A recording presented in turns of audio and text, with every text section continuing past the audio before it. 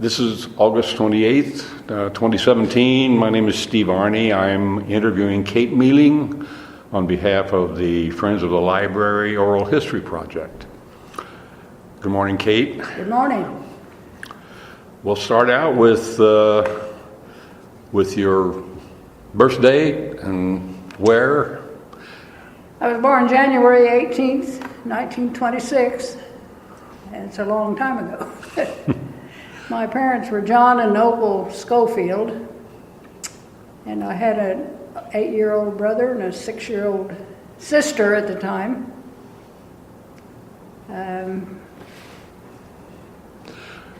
Where was that? Where were you born? That was on North 8th Street. Right here in Marshall. 702 North 8th Street. The house is still there. Yeah, how long did you live there? I lived there till I got married. No, I didn't take a year out. I went to St. Louis and worked for a year. When was that? In 1940. I graduated from high school in 1944, so I was down there till 1945, 44, 45, about a year. Yeah, the war was on, and it was a civil service job. I had passed a civil service test, and I went down there and worked in a St. Louis Ordnance Depot, where we typed up requisitions for Army supplies. So you were kind of clerical kind of work. Yeah. Yeah. You weren't a Rosie the Riveter. No. 1926, so that was before the Depression really started. Yes. But I lived through most of the Depression. It was in 29, I guess. And Yeah. What was life like that after the Depression started? Was it different? Well, I had nothing to compare it with, I guess, because I just was so young, but things were kind of tight, you know. We didn't have a whole lot of money, although my dad did have a job, worked at the post office. He was a postal worker. Yeah, and well,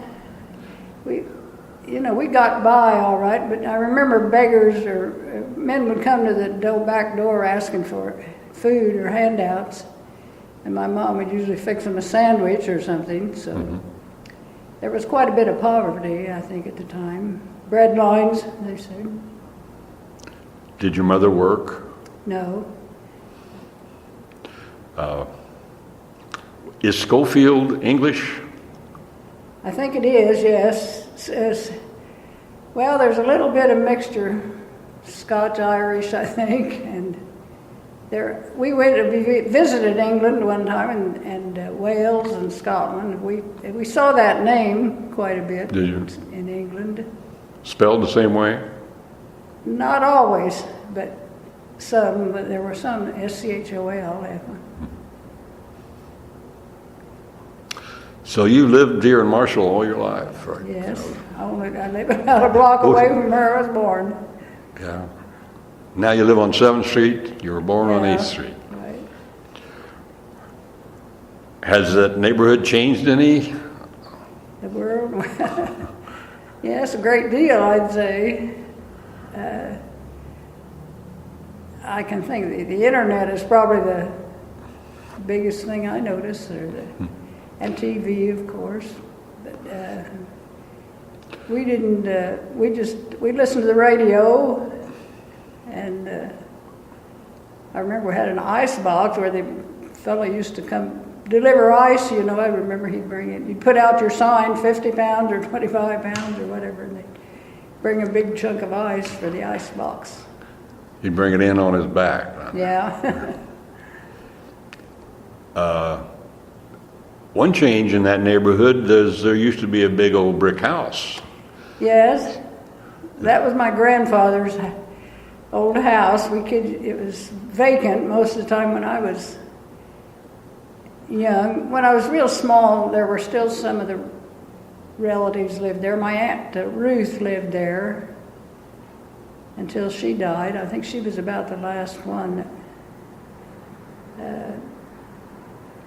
And then it just kind of ran down, became a vacant house. I don't know why nobody seemed to have enough money to keep it up, I guess. It was a large home, and my grandfather had been a judge on the Illinois Supreme Court. And of course, they say he could have been the Chief Justice of the United States. Grover Cleveland had approached him for that, but he loved Marshall so, and he had a large family, 10 children, so he declined that position. Your father had 9 siblings. Yes. How many boys versus girls? I think there were only 2 girls. Is that right? Ruth married Ben McGore, and Aunt Jane married Ross Holler. There aren't any other Schofields around Marshall now, though, are there? No, not now. I did have Uncle Sam lived here. He was a lawyer here in town, but he's been gone for quite a while, since the 40s, in the 40s, I think. And Uncle Bob, he lived over on Michigan Avenue in a home that is now, I think, where the IGA eventually came. There was an old house there that they lived in. Mm-hmm. And most of the others scattered. A lot of the family went to Oregon. Oh, really? My dad's grandfather, not the grandfather, I'm thinking of the rest of my grandfather's family. Uh-huh. Originated around Martinsville, and quite a few of them went west. But my grandfather stayed with an uncle here in Clark County.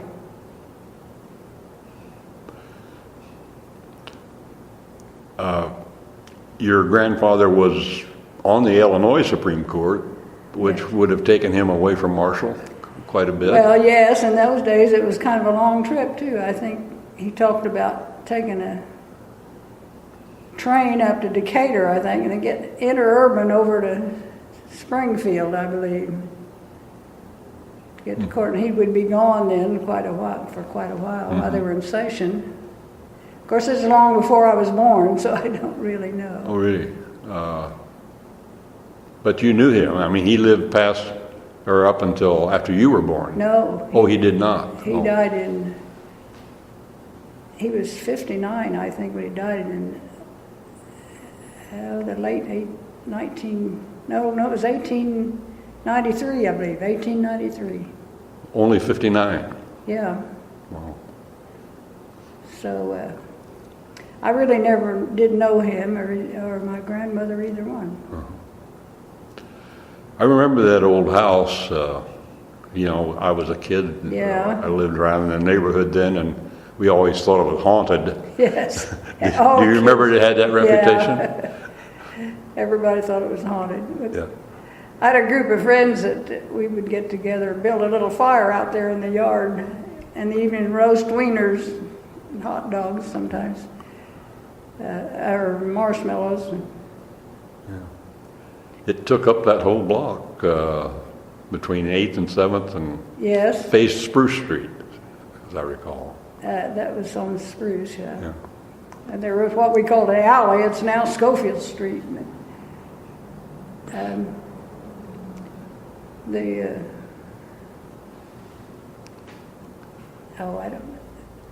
forget what I was going to say. Well, I remember it was a kind of had cinders on it. It wasn't really a paved street that ran behind the old brick house. No, it wasn't really. It was just kind of we called it the alley. Yeah. And like I said, we kids played in there a lot. And it was a lot of fun. That old house was big, you'd get up in the attic part and look down and see all the people what they were doing. Did your grandfather have it built? Yes, I'm sure he did.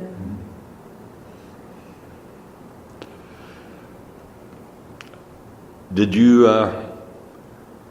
have to do any chores? Did you have to do any kind of work when you were a child? Any responsibilities along those lines? Not much, no, I don't. My folks are very lenient, really. didn't seem to expect too much. I guess I did help with the dishes sometimes. Probably made my bed. But I wasn't expected to work too hard. Now, you had a sister 6 years older? Yes. And your brother? Was 8 years older. And when I graduated from grade school, he graduated from the University of Illinois. Really? That was 1940. And of course, he went into the service shortly after that when the war started. He was in the Navy. Did he didn't come back to Marshall, though, after the war? Yes, he did. He came back. He married Theresa Manhart.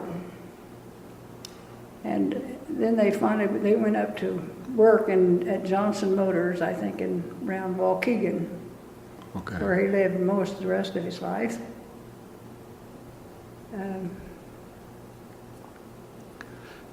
And your sister?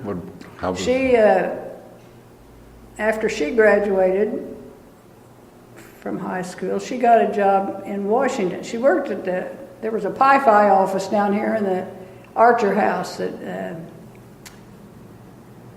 that sorority had a organization here or something, the headquarters or something in that Archer House.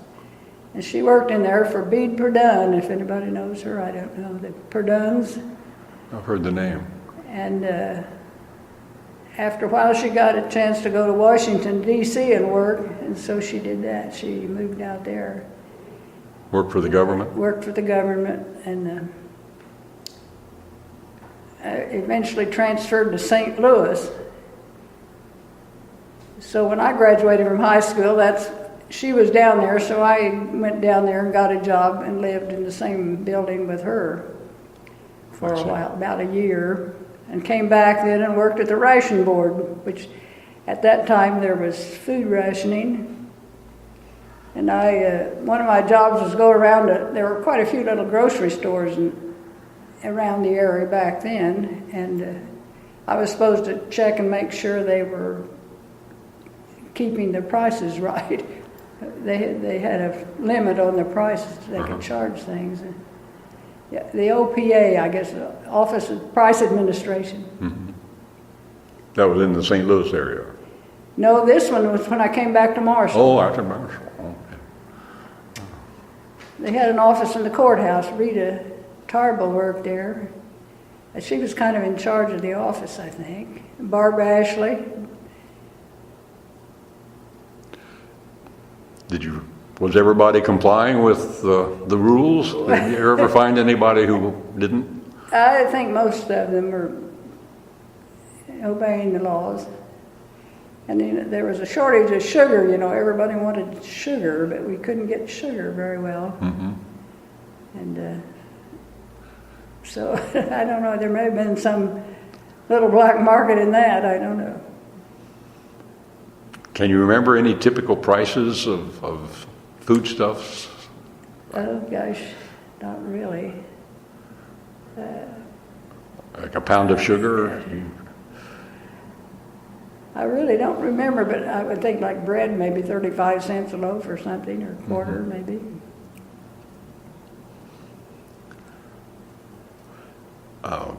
Did you go to the old Northside School? Yes. All 8 years there, and I was close enough that I could walk or ride my bicycle always. Mm-hmm. Then high school was started in 1941. Yeah.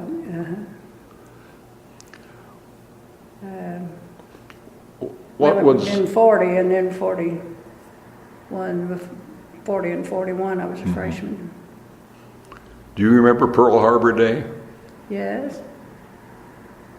Remember your reaction or your thoughts at the time? My friend Charlotte Wilson and I were walking. It was on a Sunday afternoon. We'd been to theater, to matinee, walking home, and her little brother came running up the street to us and said, "Oh, something's happened. They bombed Manila," I thought he said. And of course, we didn't know what he was talking. We didn't really mean anything to us. And that's the first I'd heard about it. And then, of course, that night, Roosevelt came on and spoke. Did you listen to it? Yeah. On the radio? On the radio. That we would go to war with Japan and Germany. Do you remember high school, anything in particular about your high school experiences? Who were some of the teachers at that time? Oh, I liked high school. Esther Goff was kind of popular. She was a Latin teacher, and her Miss Chambers taught PE, and they roomed together over here on Spruce Street, and they were good friends. And Carl Holler, of course, most people remember him, taught history, I guess.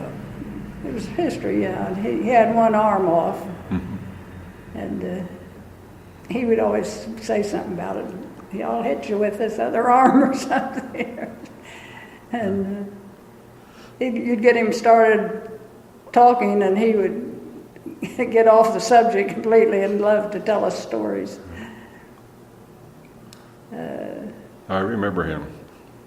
Miss Mildred Hutchins was a business teacher, taught typing. Well, they're familiar names. Yeah. I think Rube Hornbrook might have been there my first year, but not for long. But he was more of the manual training, I think. I didn't have him for a teacher. But He taught physics, I think, when I was in high school. physics? Okay. Well, I had a physics class, but it wasn't by him. I did pretty well in school. But, I think the only C I ever got in my life was in typing. In what? In typing. Really? I didn't know it was too speedy, I guess. Your fingers didn't move too fast.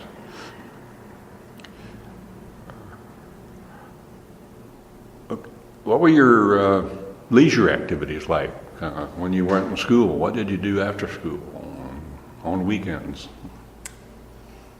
No, I did. We seemed like I used to play softball for sometimes in the summer, and You had the movie theater. we had the theater. Yeah, I think Tuesday night. I think you got in there 2 for a quarter, maybe, and and a lot of times my mother used to like to go to the movies, and we'd go together sometimes at night. I can remember walking down there. We didn't have a car for quite a while when I was living at home, and so my dad would walk to work, and Dad walked to Bill Pierce's grocery store, which was over on Michigan Avenue, and Mom and I, sometimes we walked to the movie, and I can remember going down there one night. It was so cold. There was snow on the ground, and just a bitter cold night. Was your dad, did he work in the post office, or was he a carrier? Well, I think early in his youth he did deliver mail, but he worked inside mostly money order clerk, I think they called it, his position. And then he retired before I was out of high school, which made it kind of difficult living on a pension when he still had a child at home. But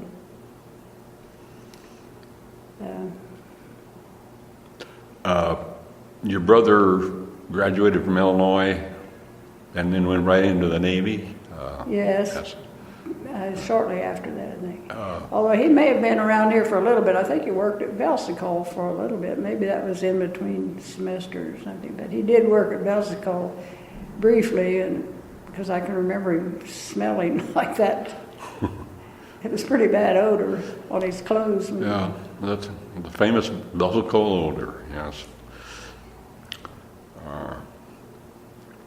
My grandmother Richards lived in the south end of town, across from the American Legion, where it is now, but her home has been torn down since. But, we used to go down there and visit quite a bit. And, it was across the street east? I want to say north. Oh, north, where? Okay. Where the parking lot is over now. there now, yeah.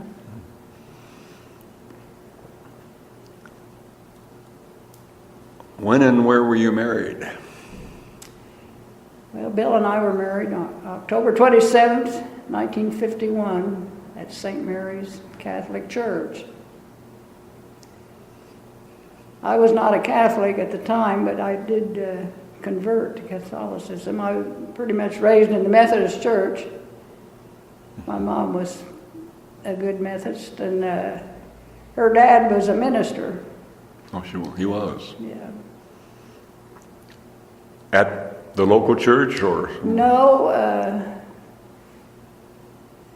he went to school in Indianapolis after my mother was, like 10 years old or older. He decided he wanted to be a minister, so he went to, I think it was Greencastle where they went to school. Where he went to learn to be a minister, and she used to talk about being close to Indianapolis and sometimes riding a bicycle around the circle in Indianapolis when she was a kid, when she was young.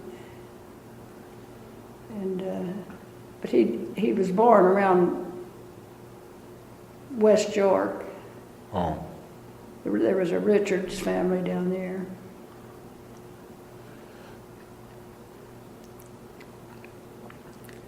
So, you have children? You want to My children? talk about your children? Well, my daughter, Mindy, was born in 1953, and she's still around the area. She lives in Charleston and never married yet. She probably won't. Although she's had good times. One time she was well, I won't say about that. She had several boyfriends, but she just never could commit to a marriage, I guess.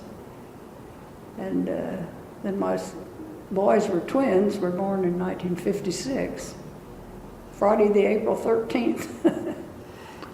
Were they expected? Did you know you were going to have I did not except for the last few days. Our doctor was Dr. George Mitchell, of course. And he worked nights at that time, and he would be down at the office sometimes across from the courthouse. Do you remember when he had an office there? And that was before the medical center was built. And one night, I was about due, I guess, and I went down to see him, Dr. George, and he said, well, there's more than one in there. So I went home. He x-rayed me, which I don't think they do anymore. I went home and Bill said, you better get back down there and find out how many. So, did you go to the hospital, or did he deliver them here? I went to the hospital, but he did not deliver because when the time came, he had the flu. Oh. And so I had a new strange doctor there at Union Hospital. Agee, I believe was his name. He thought they might be identical twins for some reason, but the way they were born and something about the placenta, but they never were identical. Fraternal twins. And where do they live now? Billy lives in Kansas City, and he works, it's a government. It's not exactly a government. I'm not sure what he has to do with the teaching association or something. I'm never sure what his job is. He hasn't been there too long. But he likes Kansas City pretty well. And Tom he lives in Colorado, and he's been in business. He did go to law school down at Bloomington, graduated from law school in Bloomington, but he never did want to practice. He worked with Bill a little bit one time, but he didn't seem to be cut out to be a lawyer. Do they have children? Just Billy. He married Tammy Murphy, who lived in Paris. And they had 3 children. And they're scattered now. Most of them 2 of them are in Oregon and 1 in Denver. So I don't have any grandchildren nearby. Do you get out to see them? Well, we used to go to Colorado to see Tom, but actually the grandchildren just moved not too long ago, so we haven't been to visit. We probably won't go visit them, we don't travel much anymore. Although we have taken a lot of nice trips during the years. Where are some of the places you've been? Well, we used to belong to the Ambassador Club out of Indianapolis, and they had a lot of trips planned all the time. And we took an Alaskan cruise, and a trip to Europe. Went to England twice, I think. And one time we took a tour which landed in Switzerland, I think. And then we traveled through France and Germany, visited some of Bill's ancestors in Germany. And that was a nice trip. And, we've been to Mexico and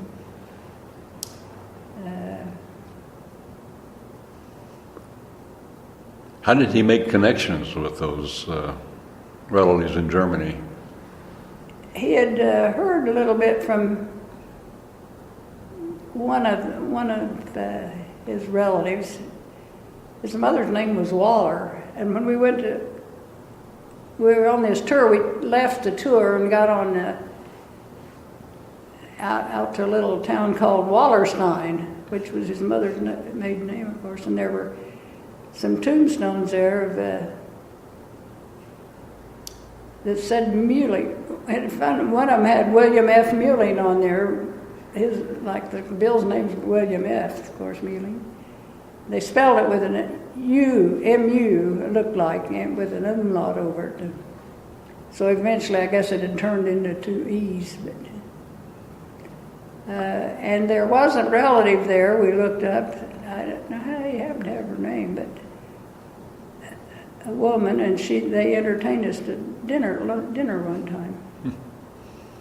They didn't really speak English very well, but the children in the family did. So we didn't have any trouble communicating.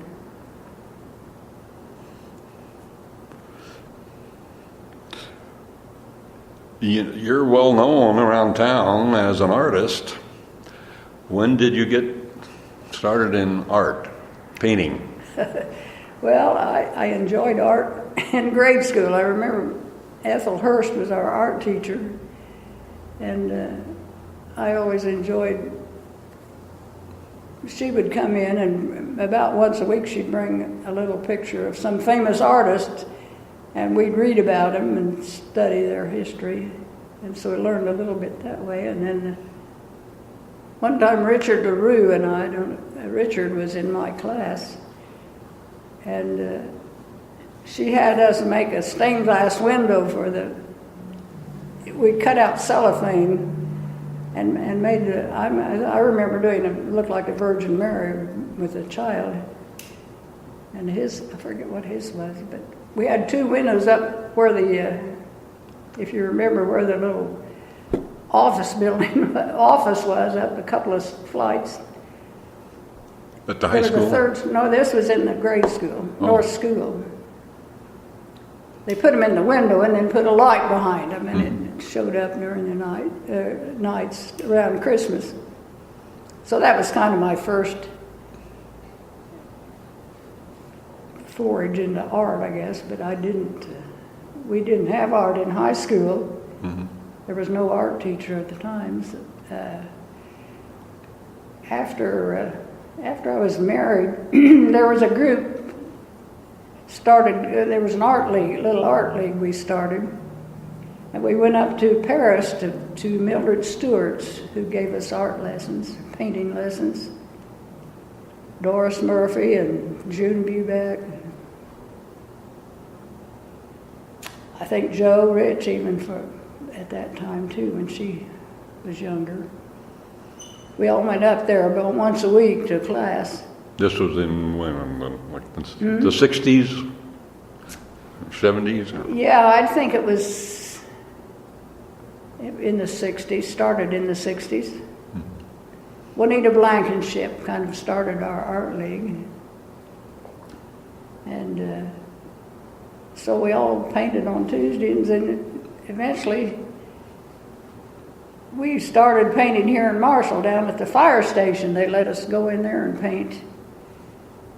There were several of us would go in there. Pauline Bandy was with us at the time, and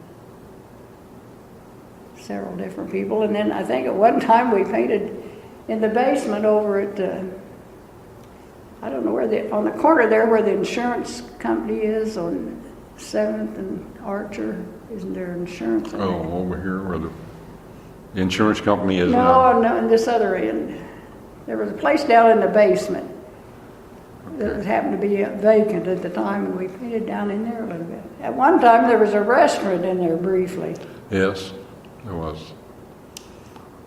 That would be the north, or the southwest corner of 7th and Archer. Yes.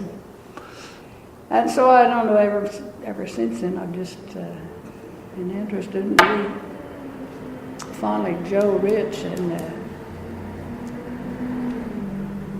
few of them decided we ought to have a little gallery in Marshall. So she owned the building down here, Joe did, and we managed to start our little group, a painting group, and we've been painting ever since down there on Thursdays. Before you took the art lessons, though, had you kind of dabbled in art on your own? Not really. Not really. Not since that grade school days, you know. I just didn't do much of it in high school. So you didn't really know you had a talent for it? No, I'm not sure that I do anyway. Well, I would think you do. Do you have any particular medium that you prefer? Oil or watercolor? Well, I think I like oil. But I will say I did have some classes at St. Mary of the Woods had a program, a WED program at one time called Women's External Degree, they called it. And you could work towards a degree, but not necessarily go to class on campus. And you would have an instructor over there work with you, and you'd go in about once a month or something, and they'd let you know what to work on. And so I did. I ended up getting 15 credit hours there at St. Mary's in an art project. Well, you continue to paint, do you not? Yes. But I decided maybe I'm ready to retire from it. I don't know. I still go down there every Thursday with them, and we usually paint a little bit. Mainly we eat lunch down at the VFW.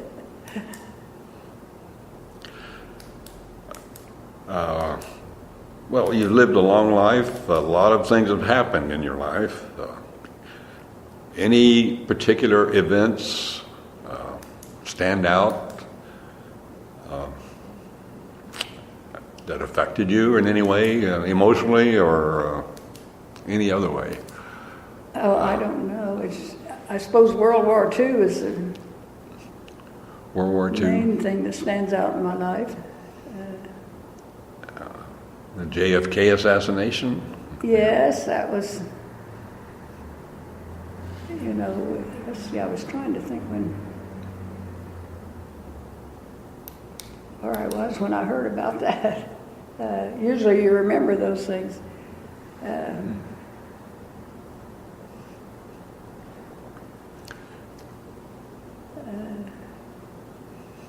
course, we watched it. My daughter, I remember, was, about 10 or 12 or something, and she was really affected by that assassination. They just ran this constantly on TV for a while, all his going through that assassination and the burial and his wife, Jackie, and she just sat there in front of the TV. I think it affected her maybe.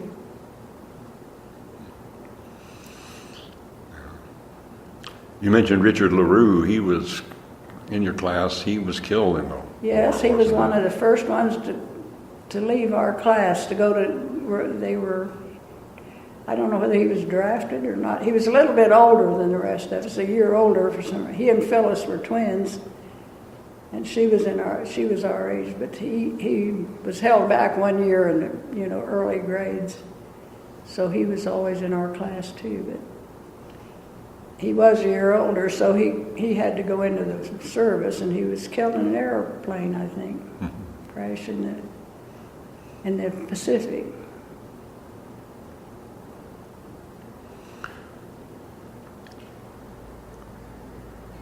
What modern conveniences that we have today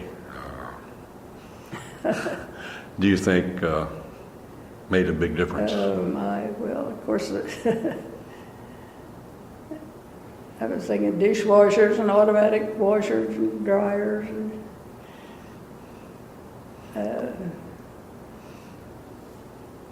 Back in those days, you hung the clothes out on the line. That's right, yeah.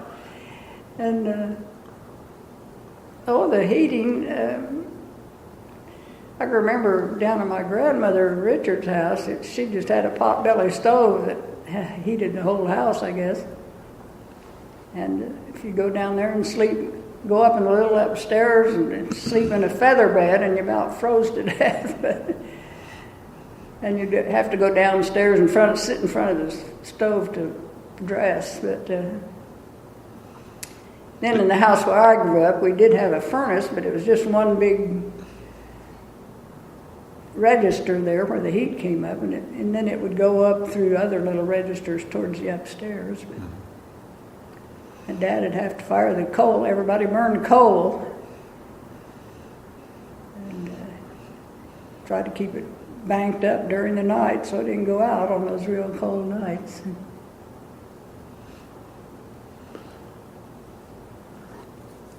Did you have a washing machine then?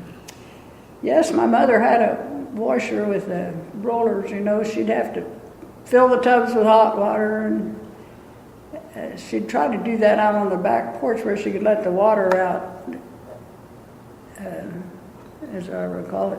They'd fill the tubs and heat the water, and I don't know, run all the clothes through a wringer. In fact, I think I had something like that when I was first married, too. Could be. So that's quite an improvement.